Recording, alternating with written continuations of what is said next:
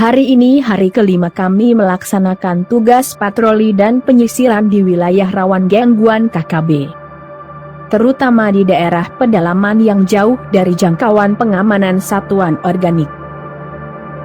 Dalam 5 hari, 2 daerah yang selama ini menjadi basis KKB berhasil kami rekondisi hingga aman dari gangguan KKB.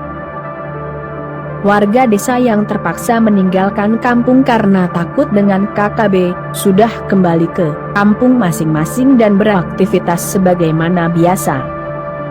Mama-mama juga sudah kembali bekerja di kebun.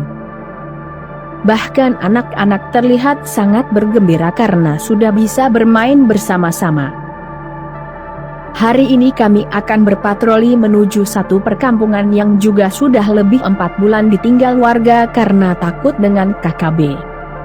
KKB menjadikan kampung mereka sebagai tempat persinggahan saat bergerilya, menghindari kejaran pihak keamanan.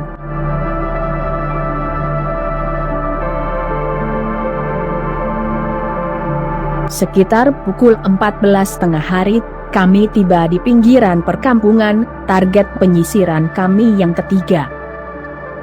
Kemudian kami melakukan pengamatan. Kampung yang selama ini diketahui kosong karena ditinggal penghuninya, ternyata di sebelah utara ada aktivitas orang-orang yang mencurigakan.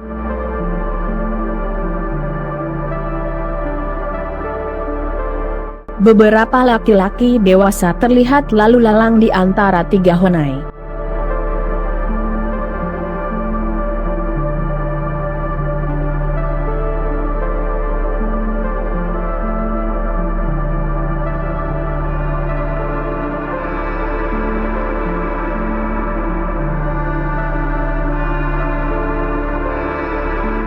Merasa curiga dengan gerak-gerik mereka, kami memutuskan untuk mendekati perkampungan sampai jarak kira-kira 300 meter.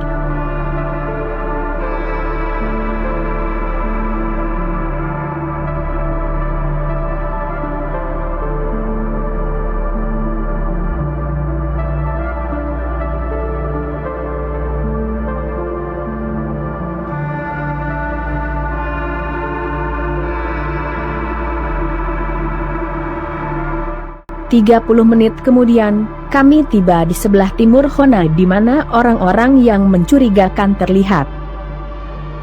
Kelihatannya dari 4-5 orang yang mencurigakan, tidak satu pun yang memegang senjata api.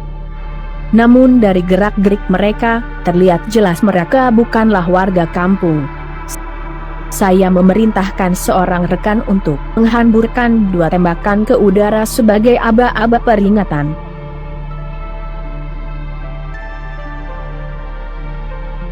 Seketika orang-orang yang mencurigakan berhamburan dan menghilang di balik honai. Beberapa saat kemudian, terdengar suara tembakan dari arah salah satu honai yang posisinya terletak di bagian atas perkampungan.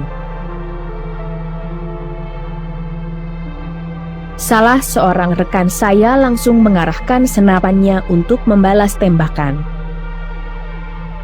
Namun 3 kali tembakan meleset dari target.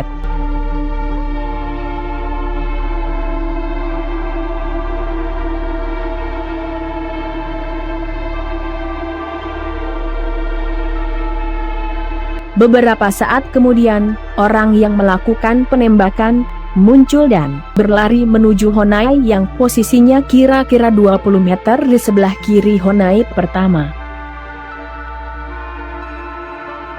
2 tembakan rekan saya berikutnya juga meleset.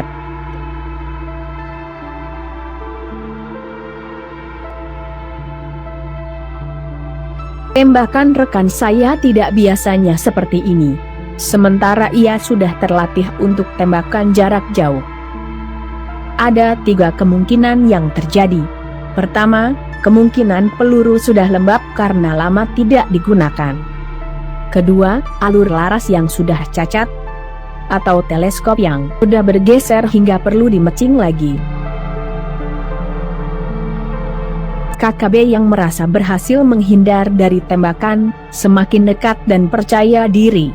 ia kembali bergerak turun menuju Honai ketiga yang posisinya lebih dekat. Saya memutuskan untuk mengambil alih eksekusi. Senapan Skarha saya yang berkaliber 7,62 mm masih sangat efektif untuk menghancurkan target dari jarak 300 meter. Bahkan dari jarak ini, target yang bersembunyi di balik kayu setebal 30 cm sekalipun akan meninggalkan lubang sebesar bola pingpong. Saya pun mengarahkan teleskop senapan saya. Beberapa saat menunggu, tiba-tiba bahagian kepala KKB muncul dari balik dinding Honai bahagian belakang. Namun beberapa detik sebelum jari saya menarik trigger, ia mundur ke balik Honai. Saya kembali menunggu. Tiba-tiba satu suara tembakan terdengar dari arah Honai paling atas di bahagian selatan perkampungan. Titik semburan api senapannya terlihat jelas dari arah pintu Honai yang sedikit lebih gelap. Saya mengarahkan titik 0 teleskop senapanku ke arah titik semburan api. Selesai. Saya kembali lagi mengamati Honai di mana KKB lainnya bersembunyi.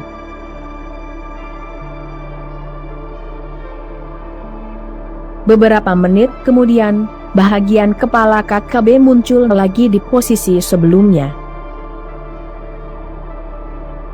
Tanpa menunggu waktu, saya langsung melakukan eksekusi.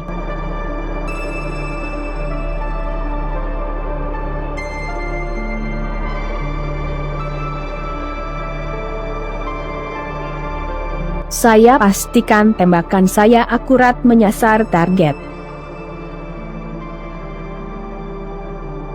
Sambil menyemburkan tembakan acak, 4 rekan saya merangsek memasuki perkampungan.